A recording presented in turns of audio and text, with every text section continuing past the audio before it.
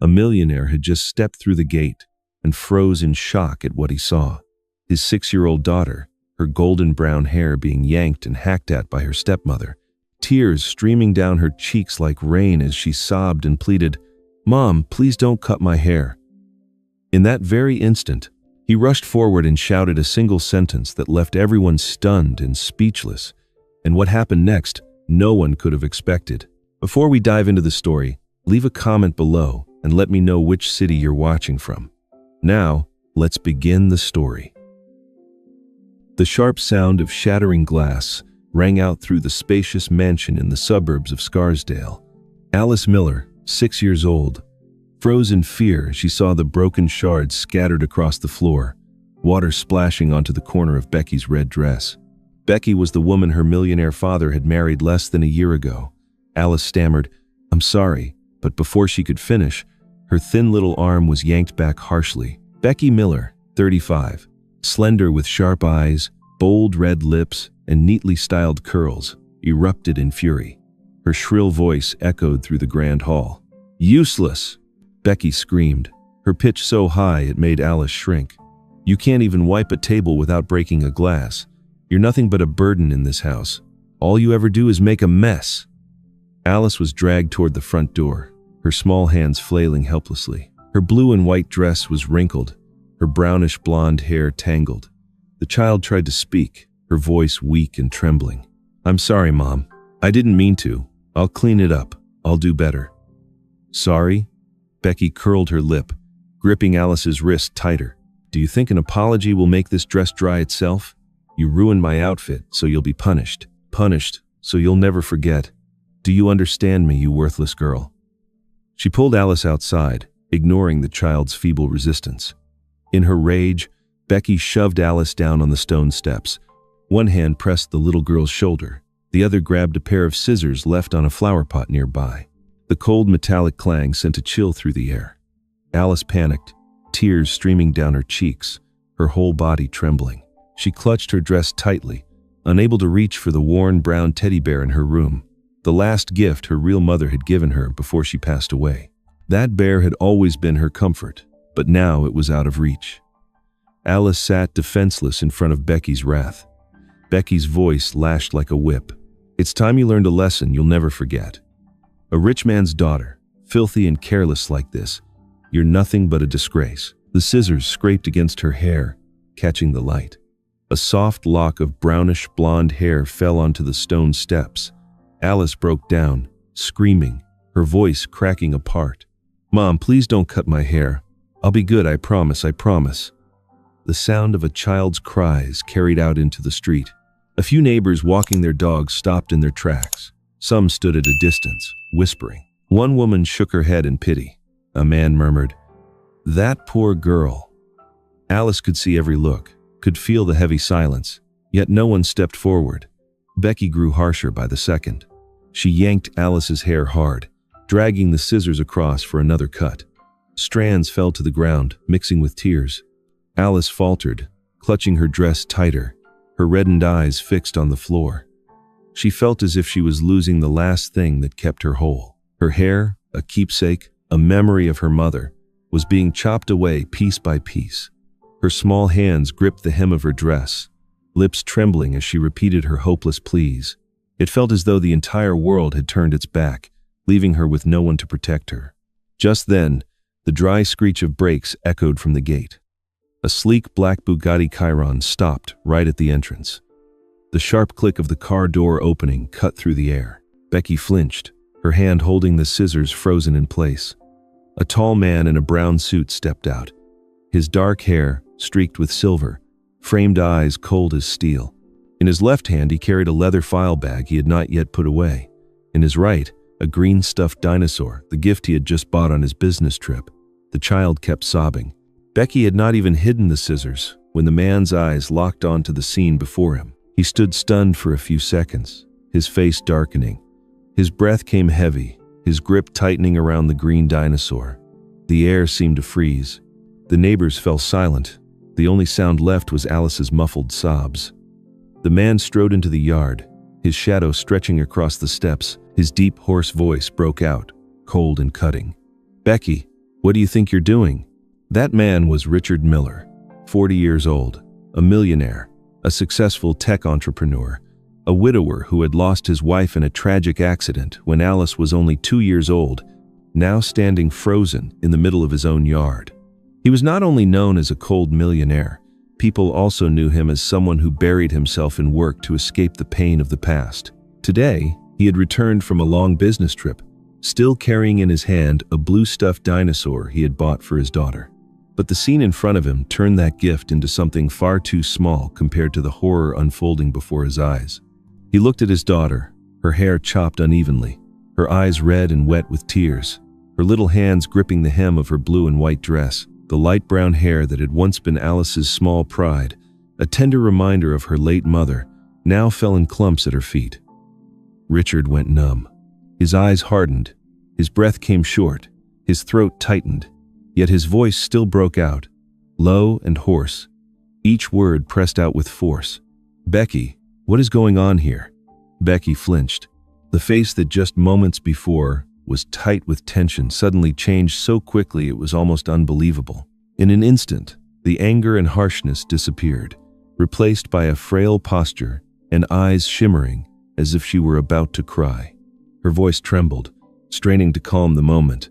"Richard, it's not what you think. I was just trying to teach her a little. The girl, she's so stubborn, she doesn't listen. I never meant any harm. I just wanted her to learn to correct her mistakes." Richard dropped the briefcase heavily to the ground, still holding the blue dinosaur in his right hand. He walked straight to Alice, bent down, and pulled her into his arms. The small body trembled, and a choking sob broke against his ear. "Daddy, I'm scared." That cry pierced into his heart like a knife. In that single instant, all the years Richard had convinced himself that remarrying would bring warmth to his daughter collapsed. He held her tight, his hand gently patting Alice's back, his eyes never leaving Becky. Becky's gaze darted around, as though hoping someone might step forward to defend her. But what she met instead was only a look of suspicion from across the street. Linda Green, the gray-haired neighbor, stood silently by the gate, her face etched with discomfort. She gave a slight shake of her head, her lips pressed tight, as if she wanted to speak but held herself back.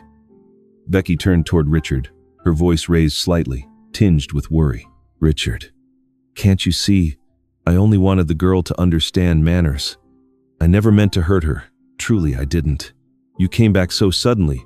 Of course, you haven't seen the whole picture." Richard held Alice tighter, the green dinosaur toy trapped between father and daughter. He didn't shout, but every word carried a chilling weight. "I've seen enough." Alice looked up, tears still rolling down her cheeks, and buried her face against her father's shoulder. Becky stepped closer, reaching out as if to touch Richard's arm. "Richard, I know you love her, but you must give me a chance too. I am your wife. I have the right to discipline her." Richard pushed her hand away, his eyes burning with fury. Discipline with scissors? Discipline by humiliating her in front of the neighbors? "Becky, stop making excuses." The air grew heavy. The neighbors stood silent, not daring to move. Linda Green exhaled softly, her gaze falling on Alice. Her eyes filled with both pity and expectation. Richard bent down and kissed his daughter's uneven hair, a whisper of reassurance in that small act. He straightened, fixing his eyes on Becky, his voice low but sharper than any shout. "Tomorrow you will leave this house." The words landed like a hammer blow. Becky froze, her face turning pale, lips trembling without sound. Alice shifted nervously in her father's arms, but for the first time a faint spark of safety flickered in her eyes. Becky clenched the hand, still holding the scissors, her gaze flashing with defiance, as if the story was far from over. Becky froze for a few seconds after hearing Richard say, "Tomorrow you will leave this house." Her eyes widened in confusion, then suddenly filled with tears. Stumbling forward, Becky grabbed Richard's arm, her voice trembling but still trying to sound gentle. "Richard, I love you. I love Alice. I only wanted to teach her to grow up right. I was wrong. Please forgive me." Richard stood still, his face cold as stone. He brushed her hand away without the slightest hesitation. His eyes never left Alice, whose unevenly cut hair brushed against his shoulder. The little girl's eyes were red, still wet with tears, clinging to her father without moving an inch. In his arms, Alice clutched the green dinosaur toy, her breath coming in shaky bursts, as if afraid that even this small sense of safety could be taken from her at any moment. The air in the yard grew heavy, neighbors standing silently at a distance to watch. Just then, Linda Green, a middle-aged woman with graying hair, slender frame, but steady eyes, stepped through the gate. She lived right across the street and had witnessed troubling things in this household many times. Linda looked straight at Richard, her voice low, a little shaky, but clear. "I've seen it many times, Mr. Miller. The child left outside in the yard for hours. I wasn't going to interfere, but today, I cannot stay silent anymore." Becky spun around, her face twisting, a shrill scream bursting out. "You have no right to speak about this. This is our family matter. Stay out of it." Linda did not retreat, her eyes still locked on Richard, ignoring Becky completely. In her gaze was compassion for Alice, and an unspoken message that Richard could no longer turn a blind eye. Richard remained silent. He didn't respond immediately, but a spark of doubt flickered in his eyes, a light he had never noticed before. Alice's tearful words, her terrified look, combined with Linda's testimony, began to piece together a picture he had long avoided facing. Seeing this, Becky quickly changed her tone. Tears streamed down her face, her hands shaking like those of a pitiful soul. "Richard, I've tried so hard. I was the one taking care of her alone whenever you were away for work. I get tired too. Do you think it's easy? I only wanted her to be obedient. That child is not simple at all." Richard frowned, his hand tightening on Alice's shoulder. The little girl lifted her eyes to him, her lips trembling, wanting to say something but lowering her head again, burying her face against his chest. That small body seemed to send out a desperate signal for help, one Richard could no longer ignore. Becky kept manipulating, her voice softening, almost dropping to her knees. "Alice's father, please don't send me away. We are husband and wife. I love this family. I love you, and I love Alice too. I only wanted what's best for her. I was wrong. I promise I'll change." Richard did not answer. He only held his daughter tighter, his eyes drifting into the distance, the echo of Linda's words still ringing in his mind.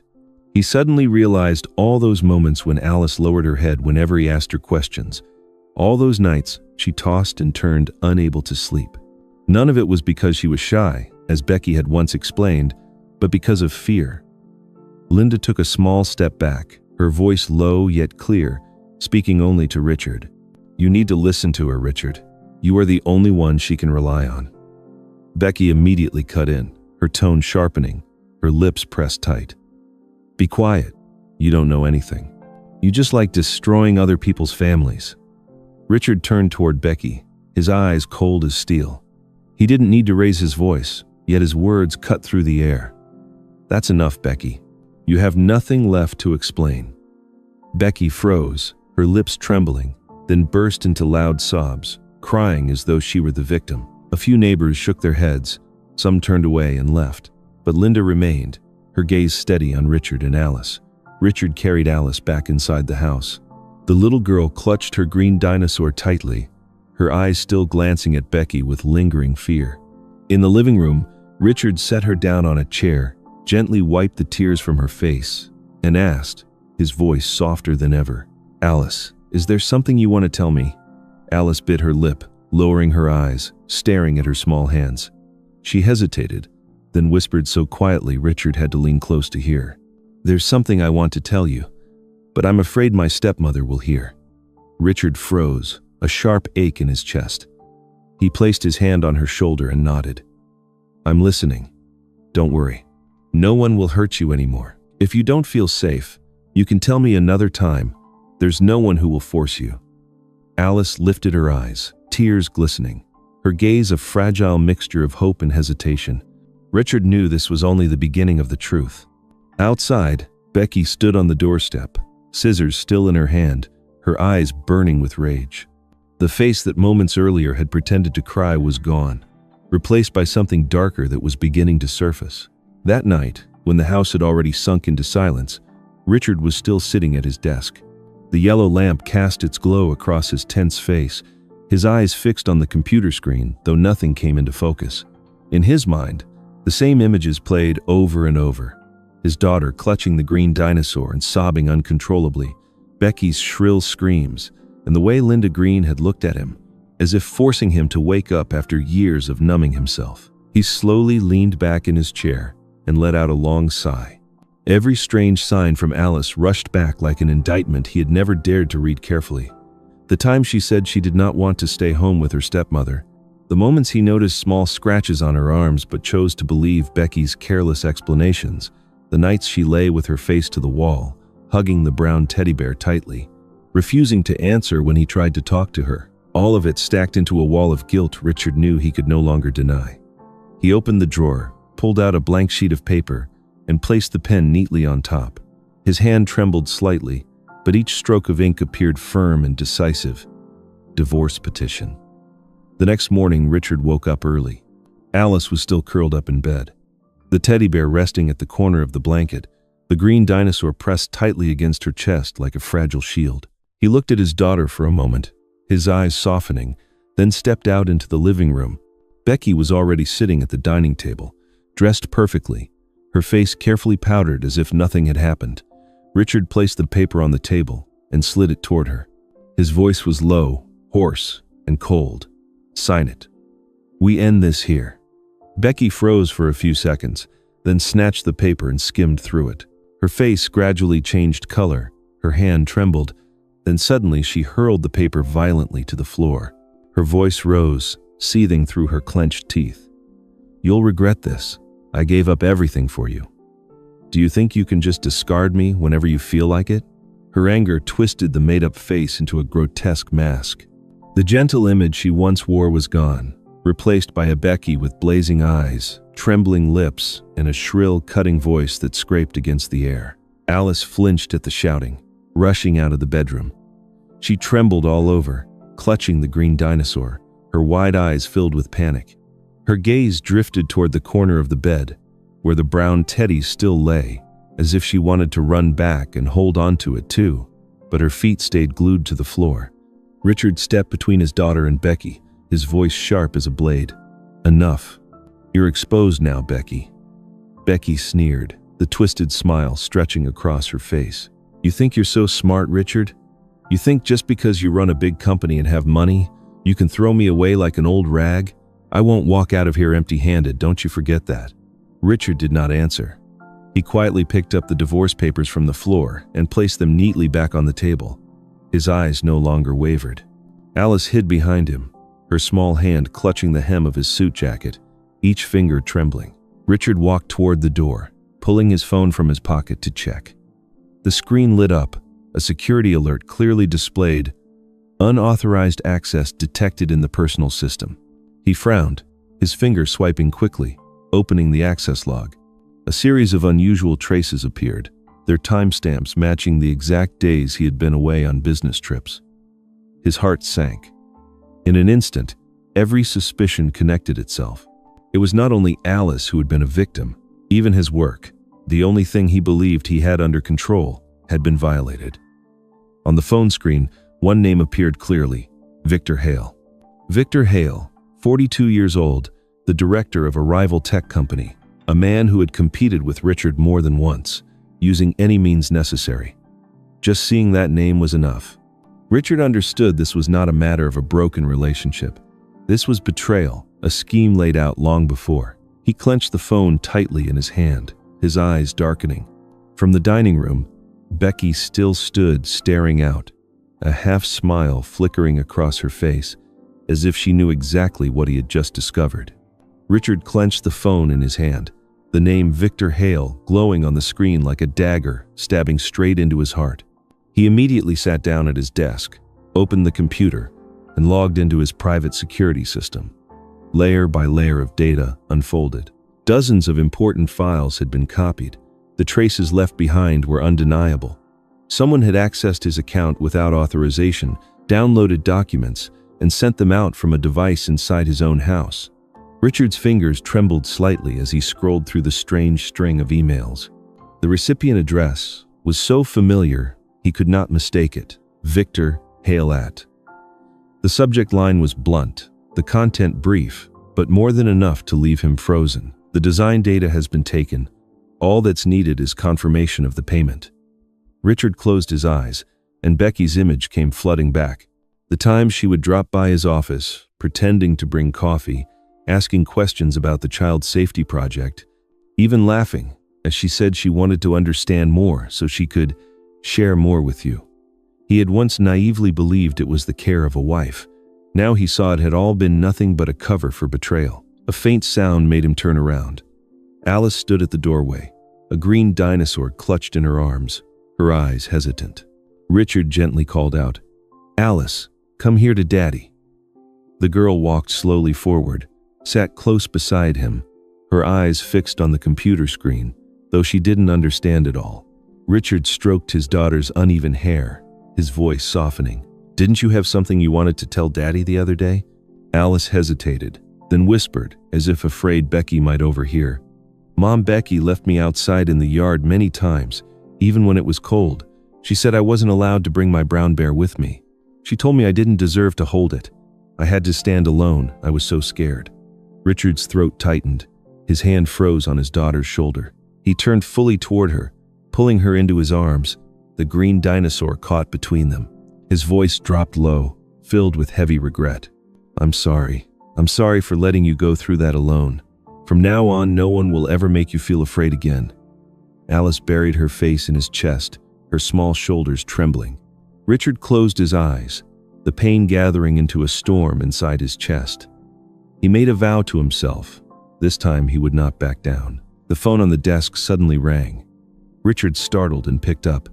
A young woman's voice came through, firm yet full of concern. "Mr. Miller, this is Karen Monroe, Alice's homeroom teacher. I think you need to know something. Lately, Alice has been falling asleep in class several times. I also noticed small bruises on her arm. When I asked, she just gave a forced smile and stayed silent. I couldn't ignore it. That's why I'm calling you." Richard closed his eyes, his hand gripping the phone tightly. His voice turned hoarse. "Thank you, Miss Monroe. Thank you for telling me." Karen Monroe was a young teacher, devoted to her students, who had only been at Alice's school for 2 years.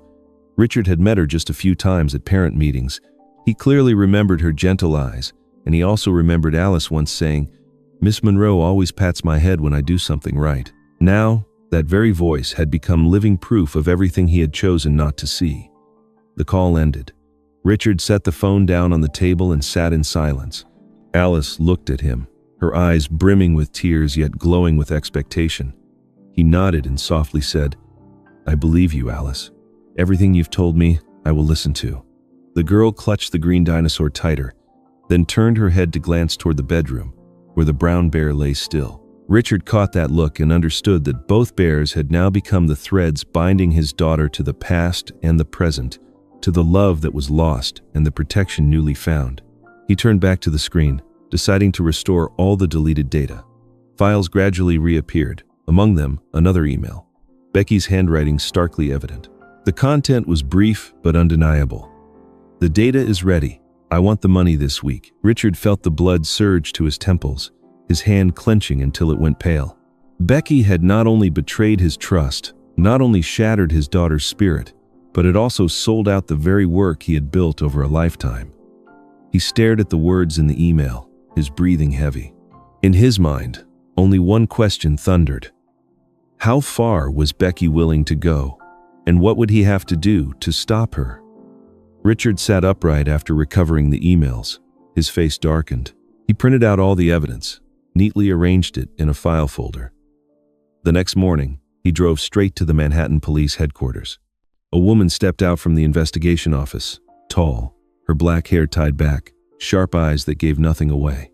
The nameplate on her jacket was clear, Detective Maria Santos. She was close to 40, well known in the field for her toughness and integrity. Maria extended her hand, her voice short but firm. "Mr. Miller, I've skimmed your file. Show me the evidence." Richard placed the folder on the table, opening each printed email. His voice grew hoarse. "These are the stolen data from my company's system. They were sent to an address belonging to Victor Hale, and the sender was Becky, my ex-wife." Maria turned each page, her eyes cold, her tone severe. "Mr. Miller, this is no longer just a family matter. This is cybercrime. If this evidence is verified, she and her partner will face federal court." Richard clenched his fists and gave a small nod. He knew from this moment on it was no longer about saving face or protecting a false home. This was a real battle. That afternoon, Richard returned home. Linda Green was already waiting at the gate, her face full of torment. The woman stepped forward, her hand trembling as she held a wool scarf, her voice choked with guilt.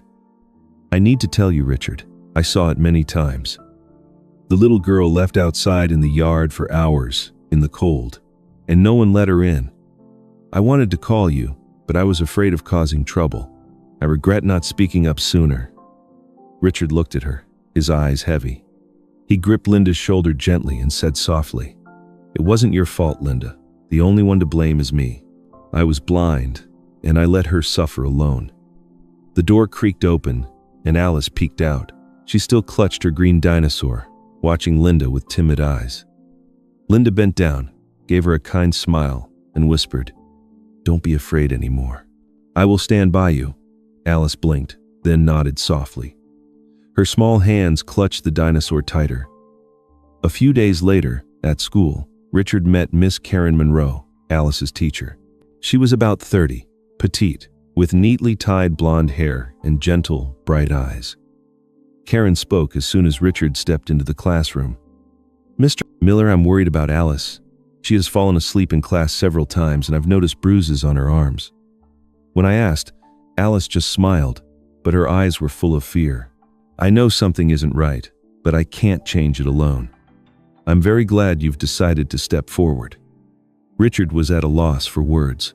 He bent down, took his daughter's hand, and whispered as if making a promise. "I've ignored this for too long. I won't let anyone hurt you again, Alice."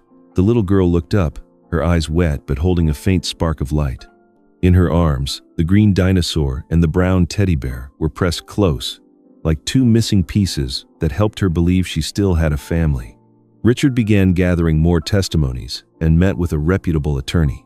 Attorney Michael Turner, a man in his early 50s, had years of experience in family and corporate disputes. He sat in thoughtful silence as Richard explained, then tapped his pen lightly on the desk. "Mr. Miller, we have enough grounds to file a lawsuit. The issue is not only about custody, but also about serious criminal behavior. I will support you as much as I can." Richard nodded, his eyes beginning to brighten, as if he had finally found an ally after so many days of feeling lost. That evening, when father and daughter returned home, an anonymous envelope lay neatly at the door. Richard opened it. Inside was a series of photographs of Becky sitting with Victor Hale in a dim cafe, their heads close together, their faces serious as if in deep discussion. His heart pounded, his fingers trembling slightly as he flipped through each photo. Alice stood beside him, curiously watching her father, but Richard quickly closed the packet and slipped it into his pocket. Under the faint porch light, Richard gripped the envelope tightly. He knew this battle could no longer be avoided. Becky and Victor had crossed a line, and he would have to bring everything into the light. The house sank into a heavy silence after the night Richard received the anonymous envelope. He sat for a long time in his study, the yellow light casting shadows across his darkened face. Alice was already asleep in her room, her small arms clutching both the brown bear and the green dinosaur as if they were sacred guardians. Richard knew the storm was not over. What he did not expect was that Becky would return so soon. The next morning, after dropping his daughter off at school and coming back home, a knock echoed at the door. Richard opened it. Becky stood there, not with an angry face, but with reddened eyes, tear-stained cheeks, and a trembling voice. "You threw me out. I have nothing left. How could you, Richard? Think of our marriage. I love you. I love Alice. Don't do this to me." She wore a plain beige dress, her makeup faint, her appearance so sorrowful that any outsider might have believed she was a pitiful wife abandoned. But Richard was no longer the blind man he once was.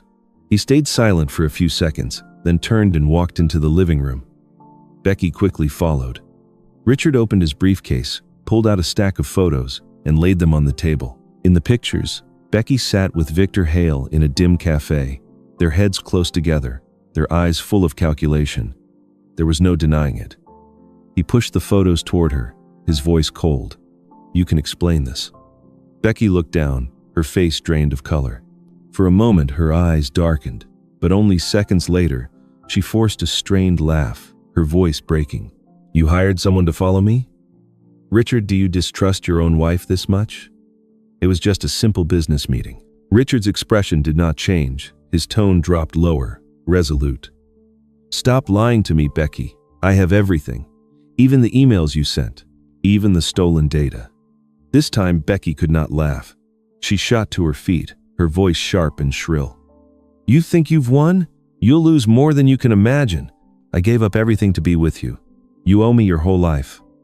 Richard slowly stood, fury flickering in his restrained gaze. "You only used me. You wouldn't even spare a child." From inside the house, a door creaked open. Alice trembled as she stepped out, clutching both the brown bear and the green dinosaur, pressing herself into the corner. Her wide eyes filled with fear as she listened to the shouting, but she dared not make a sound. The scene etched itself deeper into her young mind, another scar to carry in silence. Becky turned around, saw Alice, and immediately changed her tone, tears streaming again. "Alice, my daughter, tell your father, I only want what's best for you. I love you." Alice stepped back further, clutching her two teddy bears tightly, shaking her head hard. Richard stepped forward, shielding his daughter. His voice came out like a low growl, not loud but strong enough to stop Becky at once. "Don't you call her your daughter? You lost that right already." The atmosphere fell into a suffocating silence. Becky froze for a few seconds, her eyes blazing with fury. Then she lowered her voice, hissing through clenched teeth. "You will regret this, Richard. You have no idea who you're up against." Richard didn't answer. He only pulled Alice closer into his arms and turned away. Becky stood in the living room, breathing heavily, then stormed out, the sharp sound of her heels striking the tiles like knives cutting into the air. Alice looked up at her father, her lips trembling. "Daddy, I'm scared. She'll come back." Richard bent down, his hand stroking her hair. His voice was softer now, yet firm. "No one will ever hurt you again. I'm here." Just then, the phone rang, shattering the silence. Richard picked it up, his face tense. A voice from the courthouse operator came through. "Mr. Richard Miller, your lawsuit has been received. The first hearing will be scheduled soon. Please be prepared." Richard gripped the phone tightly, his eyes fixed on the window where the pale afternoon light streamed in. He knew the real battle began here. The beep of the ended call echoed, and the room sank back into stillness. Richard turned, seeing Alice still clutching her teddy bears, her eyes watching him with worry. He let out a sigh, but in his gaze burned an unshakable resolve. The call from the court still echoed in his ears, as Richard held Alice closer while the two of them walked through the security gate. Inside, the solemn atmosphere made Alice's breathing grow shorter. She clutched her green dinosaur tightly, the brown teddy bear tucked safely inside her fabric bag. Richard scanned the room for familiar faces, and he saw Linda Green sitting in the back row, her hands clasped as if in prayer.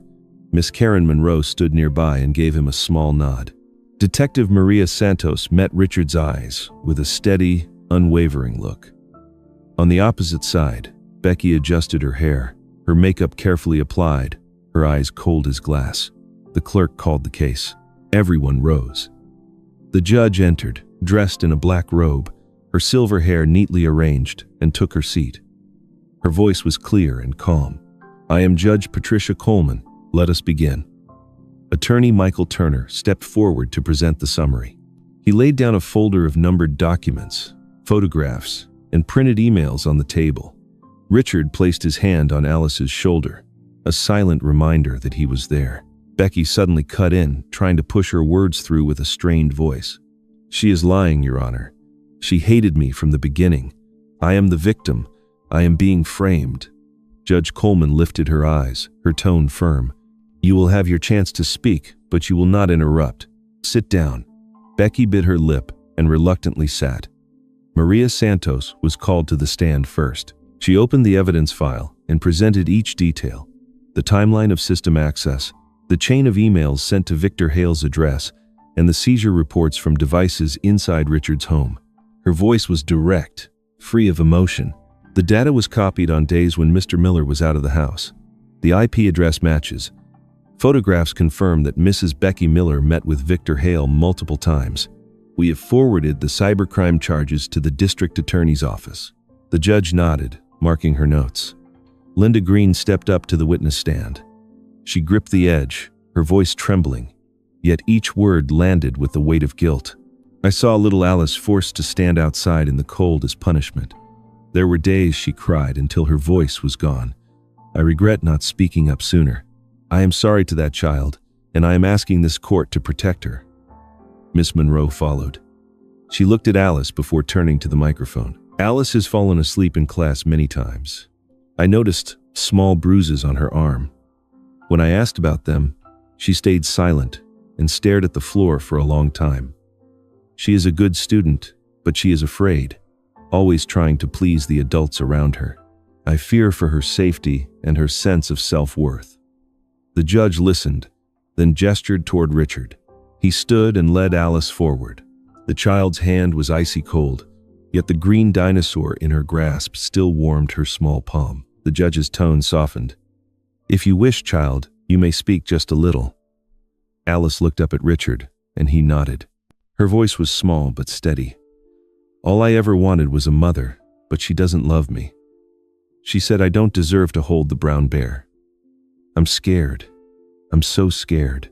That sound silenced the entire courtroom. Becky shot to her feet, bursting into tears, her voice shrill. "She's making this up. She's always causing trouble. I disciplined her for her own good." Two officers stepped forward, signaling for order. Judge Coleman fixed her eyes on Becky, lowering her voice but sharp enough to command the room. "Mrs. Becky Miller, if you interrupt again, I will have you removed." Attorney Turner presented printed emails, along with transfer receipts between Sandra Blake and an account tied to Victor's company. He spoke slowly, each word deliberate. The evidence shows not only child abuse, but also complicity in stealing intellectual property. This family court addresses custody and child welfare, but the criminal charges related to technology theft have been handed over to the prosecutor. Becky stared at the stack of documents as if facing a cliff, then turned to Richard, her voice low and venomous. "You will pay for this, Richard." Richard did not answer. He only pulled Alice close to his side. The girl pressed her cheek against his suit sleeve, taking a long breath as if to steady herself. Judge Coleman closed the file, looked at each person in turn, then read her decision. Her voice was measured, like the stroke of a firm pen. The court rules as follows. The divorce between Richard Miller and Becky Miller is granted. Custody and guardianship of Alice Miller are awarded to Richard Miller. A protective order is issued, prohibiting Becky Miller from contacting or approaching Alice without a new court decision.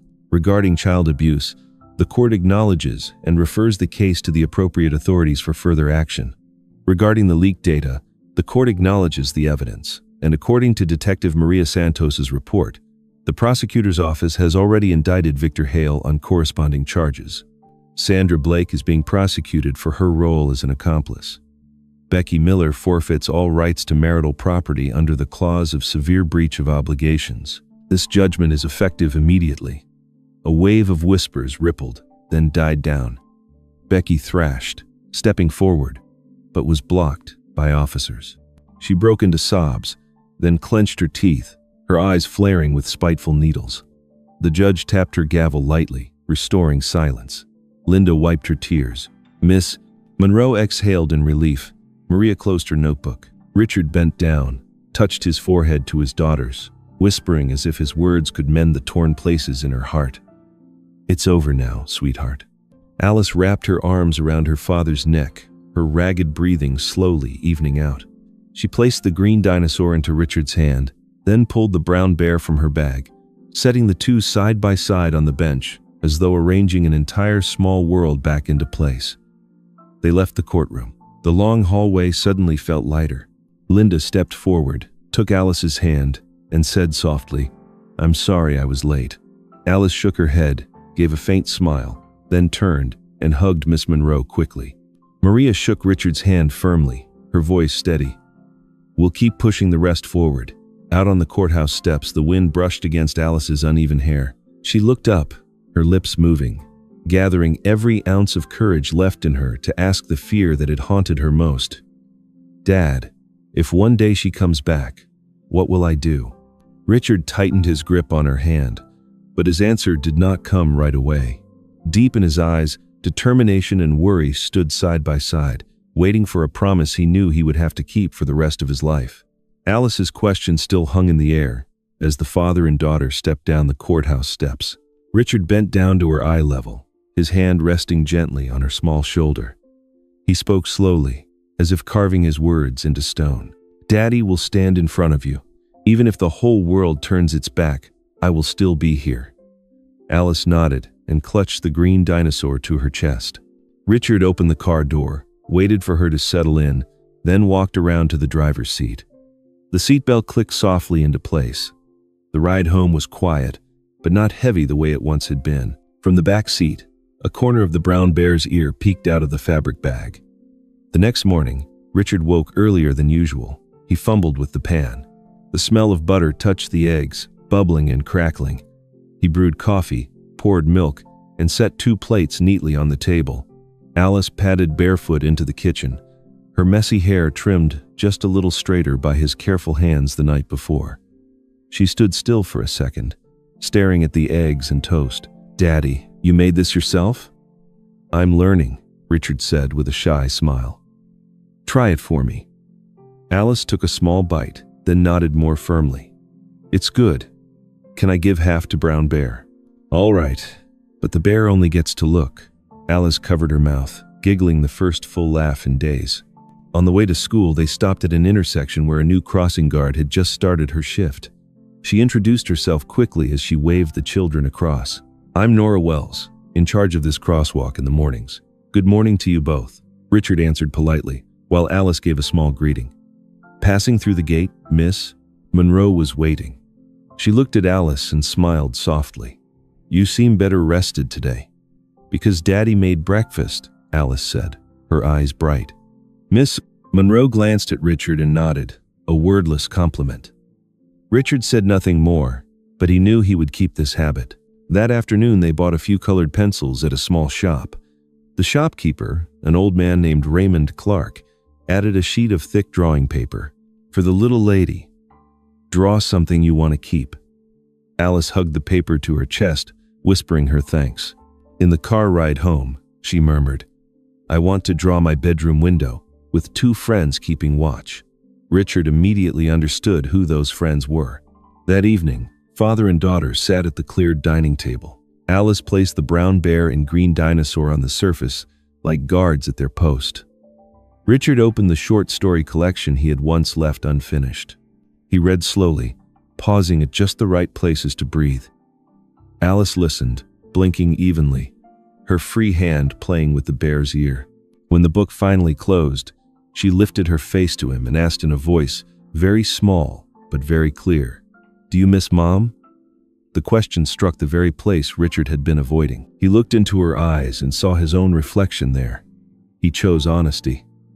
"Yes, but your mother would be happy that we still have each other, because you're growing up the way you want to, not in fear."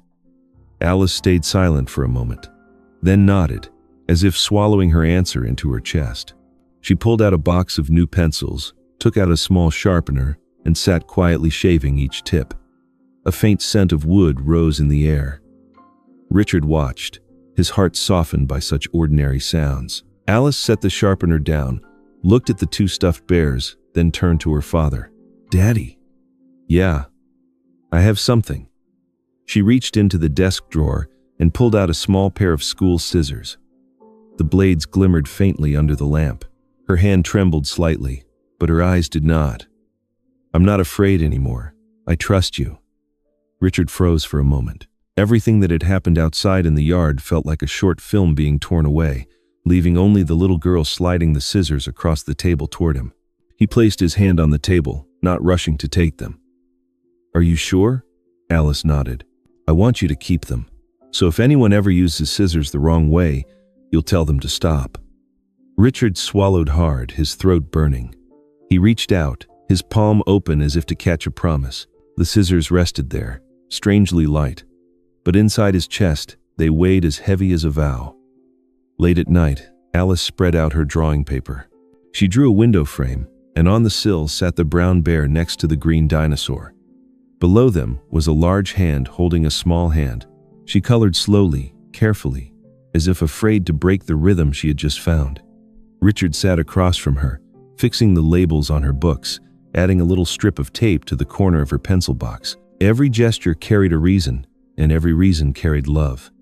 Before going to bed, Alice placed the two stuffed animals side by side on the shelf, turning their heads toward the bed. She climbed under the blanket and stretched up to hug her father's neck tightly. "Daddy, tell me one more story." "Tomorrow I'll tell you two." "That's fine." The muffled laugh in her throat made Richard feel the house grow warmer by another degree. He pulled the blanket up, turned off the bedside lamp, and left a thin line of light glowing from the hallway. When the door closed most of the way, Richard finally opened his hand and looked again at the scissors. The fading tremor of his knuckles was still imprinted there. His heart pounded in his chest, and his eyes grew wet, for no reason other than the fact that his daughter had trusted him one step further. He placed the scissors in the drawer beside her bed, right next to the small hair clip Alice loved so much, as if placing a promise where it would be easiest to see. Richard's hand slid the drawer shut. He stood still by the edge of the bed, listening to Alice's steady breathing, then looked up at the shelf where the brown bear and green dinosaur sat, keeping watch. In the dim golden light, the scissors lay quietly like a new oath, and his eyes glistened, refusing to dry completely. Alice shifted in her sleep, eyes half open, her small hand reaching out. Richard bent down and pulled the blanket up to her chest. When she touched the sleeve of his shirt, she clutched it, her broken whisper spilling out as though she had just escaped an old dream. "Dad, you're here, right?"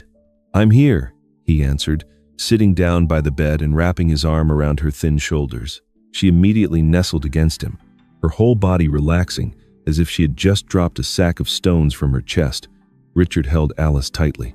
"No one can ever make you cry again, I swear." The next morning, he rose early once more. This time he was no longer clumsy like on the first day. The eggs came out just right, the bread toasted golden on the edges. Alice pulled out a chair and placed two stuffed animals on the table. The brown bear sat closest to her. The green dinosaur tilted its head as if guarding the door. She ate slowly, her eyes glancing up at her father from time to time. "Do you have an appointment with anyone this morning, Dad?" "Yes. Miss Monroe recommended a child psychologist. I want you to try meeting her once. If you don't like it, we'll stop." Alice stayed silent for a moment, then nodded. "I'll go, if you wait outside the door." The counseling office was in a building near the school. The one who opened the door was Dr. Hannah Reyes, in her mid-30s, with a warm voice and patient eyes. She gave a brief introduction, then asked if she could speak with Alice alone for 15 minutes, while Richard waited in the lobby. "You can keep the green dinosaur," she told Alice, "and if you want, you can place it wherever you like." Alice looked toward the frosted glass where her father's shadow faintly appeared, then set the dinosaur on the chair next to her, as if to stand guard. The conversation moved slowly, mostly short questions. When she came out, Alice didn't say much. She simply walked straight over and wrapped her arms around her father's waist. "Doctor." Reyes handed Richard a small sheet of paper. "Tonight's assignment," she said. "Write a sentence that makes her feel safe. Keep it short, and place it beside her two stuffed friends." That afternoon, Richard pasted the blank sheet onto a piece of cardboard and handed the pen to his daughter. Alice thought for a long while, then wrote each word carefully, pausing between the periods. She placed the cardboard on the shelf, right behind the brown bear and the green dinosaur. "Read it," Richard said softly. Alice shook her head, pulled out a chair, and motioned for him to sit next to her. She waited until he had settled before opening her mouth, her voice small but firm. "I have both Mom and Dad. Mom left me the brown bear. Dad gave me the green one. I will keep them both." Richard looked at her, smiling gently, breathing in deeply, as if to swallow all the light in the room. "From now on, we will write a new story together." The dinner was simple, but they spoke more than usual. Alice talked about painting a picture on the theme of the safe door at school, saying that Miss Monroe praised her for knowing how to place colors in the right spots. Richard told about a business trip when he got lost at night, and had to ask a security guard for directions, and both laughed when he described how he had mispronounced the street name. There was no cold metallic sound, no slamming doors, only the soft clink of fork and knife and occasional bursts of laughter. Before bedtime, Richard asked, "Where do you want your two friends to sit tonight?" "On the desk, facing the door." "Why?" "So, if anyone does something wrong with scissors, they will see it first." Richard paused for a second, then nodded. He understood it was not just a child's arrangement, but a ritual of self-protection. He placed the two stuffed animals on the desk. The brown bear leaned slightly against the green dinosaur, as if resting on its shoulder. Beside them lay the cardboard with Alice's written words. The scissors Richard had locked away in the drawer remained untouched, like a sealed promise. Alice yawned softly. She climbed into bed, pulled the blanket up to her chin, and turned her head toward the desk. "Dad," she called, her voice lowering. "Yes? I think Mom would like me to keep the brown bear. She didn't like it when I cried." Richard pulled a chair close to the bed, resting one elbow on the side and placing his other hand gently on the blanket. "I don't like it either, and I'll make sure that doesn't happen anymore." Outside the window, the late afternoon light slowly slipped into the room. It painted a soft golden streak across the wall, past the edge of the shelf, and settled on two velvet ears and the corner of the white paper. Alice closed her eyes. Her breathing grew steady. Richard sat still, watching his daughter's chest rise and fall, like the last guard at a gate newly rebuilt. He felt his chest grow lighter, not because everything was solved, but because his daughter had placed another pair of scissors in his hands, the scissors of trust. He stood up, dimmed the lights, leaving only the hallway glow. The room felt as quiet as a small chapel, where every object carried its own meaning. Richard turned back, looked through the window, then at the two stuffed animals sitting side by side, one tied to the past, the other opening to the present. Between them was a sentence drying under the sunlight. He bent down, gently touched his forehead to hers. "Sleep well, my girl," Alice answered with a dreamy murmur, her hand unconsciously reaching toward the desk to make sure her friends were still there. When her fingers brushed the edge of the paper, she smiled faintly. Closing in, only the window frame cast the last rays of dusk. Father and daughter sat together, breathing in rhythm, hearts gradually lighter, and in that silence, a question rose like the final period of the day. Could it be that sometimes a child is the one who teaches adults how to begin again? When the scissors were closed by law and conscience, we saw that what seemed the most fragile a child's plea was stronger than all the noise. The story did not end with revenge, but with justice. The wicked were punished, the good were rewarded. The court protected the little girl. The father learned to stand as a shield against the storm, and two stuffed friends, the brown bear from her mother and the green dinosaur from her father, seemed to join past and present so that the heart could be healed. The message here is simple, yet enduring. Love must have discipline. Justice must carry compassion. Do you believe that a single embrace, offered at the right moment, can change an entire life? Which moment touched you most? The words, "Dad, I'm scared," the scissors being set down, or the promise, "Dad swears." Have you ever witnessed a child in need of protection and not known what to do? If you were in that situation, how would you step forward? As the owner of Story 4 Heart, I truly care about you. How are you feeling today? Are you doing okay? Where are you listening from? On your way home? In a quiet room? Or in the middle of a busy day? Remember to eat your meals and get enough rest. If this story touched you, share a line with me. What warmed your heart? What would you like me to tell next in this series of heartwarming stories, touching stories? Leave a comment, share your experience, and if you know of a story that needs to be heard, send it to Story 4 Heart. Here, we believe in hand holding hand, and we believe that every person has the right to put the scissors down, to begin again, gently yet resolutely.